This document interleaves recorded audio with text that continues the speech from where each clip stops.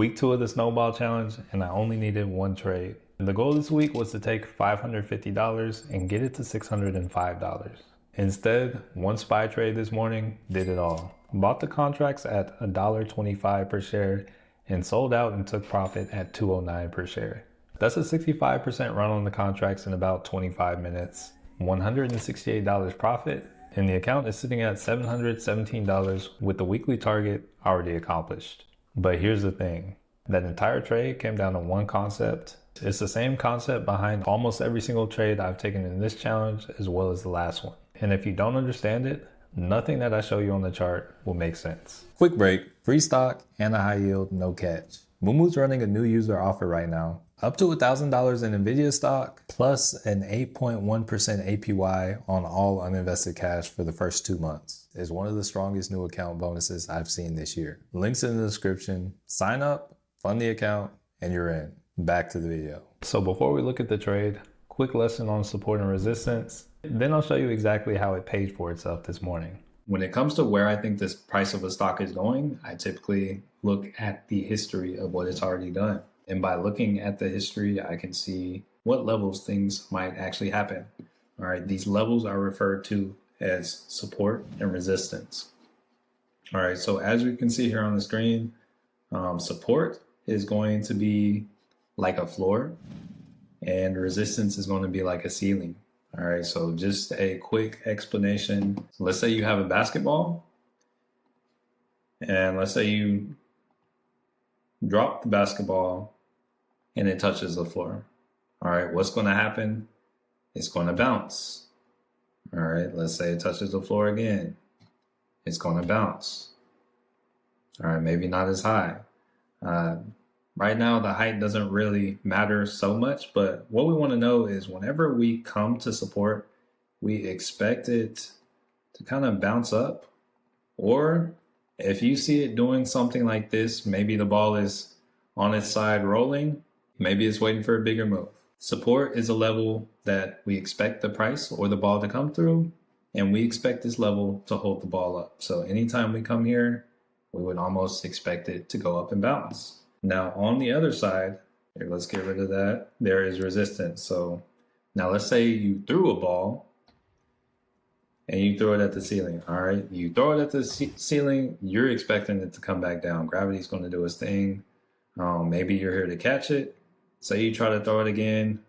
All right, it hits it and it's still coming back down. It hits it again and it's still coming back down. All right, so looking at this, resistance is still going to, similar to support, is going to be a level that we're having a hard time getting through. Okay, it's going to be a level where you expect to hold up as a wall.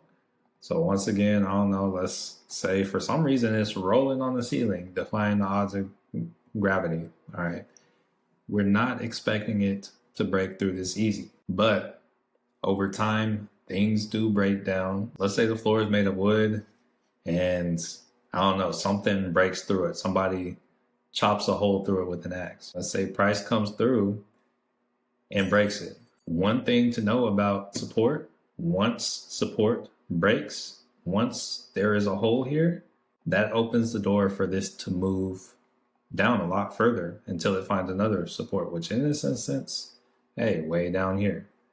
And then when we got to that next support, this is the new resistance. And now we have a hard time getting above that. Okay, so we got support here and we got resistance here. All right, so we see what happens whenever we break down below support. Same thing happens when you get to resistance. After it's been weakened, if you break through resistance, there is a good chance you will have a nice move up. And after you have cleared this level of resistance, like if you break through the ceiling, what does the ceiling now become? Now you're on the roof, you're walking on the roof. So you break through the ceiling right here, and now you're just walking. All right, so now old resistance becomes support. All right, so if you learn to look at the market in this way, you'll learn if you can identify your support and resistance, Every trade is from one level to the next. All right, so one last example. Let's say we start here. Price comes here, and we haven't come back to test this level at all. What do we want to do? Where's the money at? More than likely this way. All right, and let's say, oh, price ends up coming here, and this is the first time touching this level after it's set the level before. After the first time it's set the level before, what do we think is going to happen here? Yeah, price is coming down. Is it going to come all the way back here? Not necessarily, but there's a good chance it comes back at least halfway. And that's all I'm looking for. I'm looking for the favorable times to get in the trade. If I know there's a strong wall here, I will trade to the downside. If I know there's a strong wall here, I will try to trade to the upside. If we have been at these levels and these levels have been hit a lot, I am less likely to try to trade the other way because there is a better chance of us breaking to the other side. So if I see something like this, I might wait. Same thing if we're down here doing something like this. If we're down there doing something like this, there's a chance we do this, but there's a chance we do this. If you have any questions or anything about support and resistance, be sure to leave them down below in the comments. All right, so here we are looking at the account. The account is up $168 on the day, 30.55% on the day as well. And as of right now, the total account is at $1782. What I'm actually going to do after this video is everything above $605, we're just going to remove that. But with that being said, let's take a look at the trades we took today. All right, so taking a look at my orders today, you can see bought a SPY put I grabbed two contracts. I grabbed two SPY puts. They were 747 0 DTs, paid $1.25 per share, or $125 for the whole contract. Bought those pretty close to market open. I bought them a minute and 15 seconds in the market open, 9:31 and 15 seconds Eastern time. All right, pay $125, and then sold out at 9:56 Eastern time, 9:56 and 25 seconds.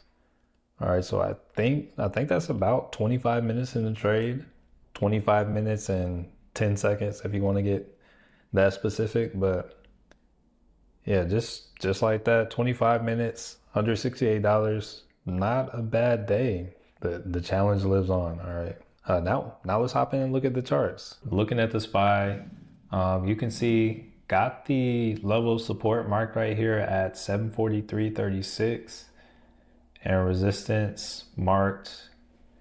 I was looking at this high. This was the high before the market opened up today, right here. It's right there at 748.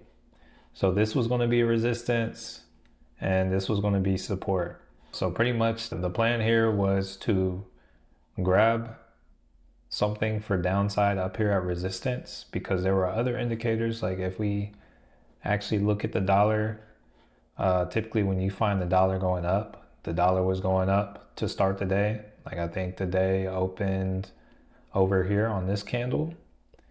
The dollar has been moving up. Typically you'll see the SPY come down, so I leaned towards downside. So we were opening up close to resistance. This is the candle that started the day right here.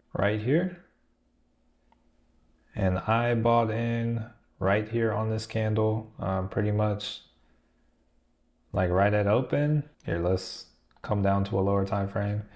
Yeah, so bought in right here on opening candle, bought in a few cents from resistance. I was a little bit early on the trade, but with the dollar coming up and everything, I was confident it was going to come down. So I got in the trade a little bit early, went negative on it a little bit, and then we got our sell off. I rode to about right here, and then that was the trade. Real quick to give you a look at what it looked like on a smaller time frame, because I was also watching it on the 2. Rolled up like this, traded sideways for a bit, and then we had a nice run. And once we got to this 200 moving average on the 2, I took profit and cut out. And the 200 moving average, or EMA, is going to be this purple line. That is where I decided, hey, I would get out. But as you can see, it actually went a lot lower, came as low as 743.70.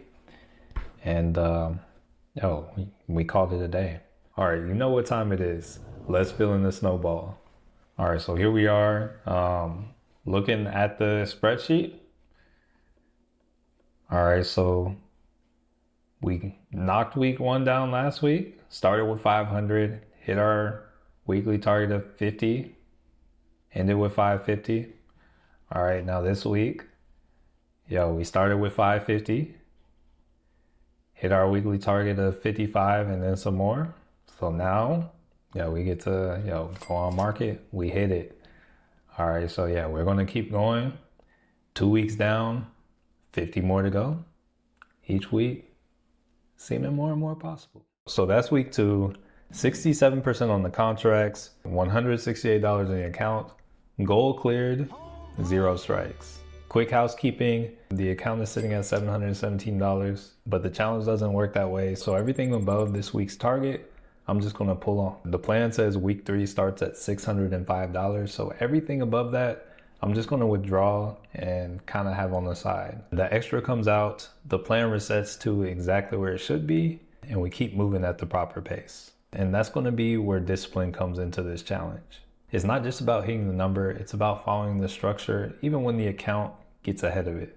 And now that you know the concept behind the trade too, support and resistance isn't magic. It's just a map of where buyers and sellers have shown up before. This morning worked because I waited for price to come to the level instead of chasing it. If you want to catch these trades, the Snowball Challenge trades Monday through Thursday inside Freedom Charts, links in the description. Morning reports, the levels, live calls, every day the market's open. Be sure to subscribe and set the bell notification to all so that you don't miss a single week of this. The weekly recaps drop right here. Week 3 starts at 605 and the goal keeps growing. That's the whole point of the snowball. Thank you so much for watching. Manuel signing off, and I want to change your life.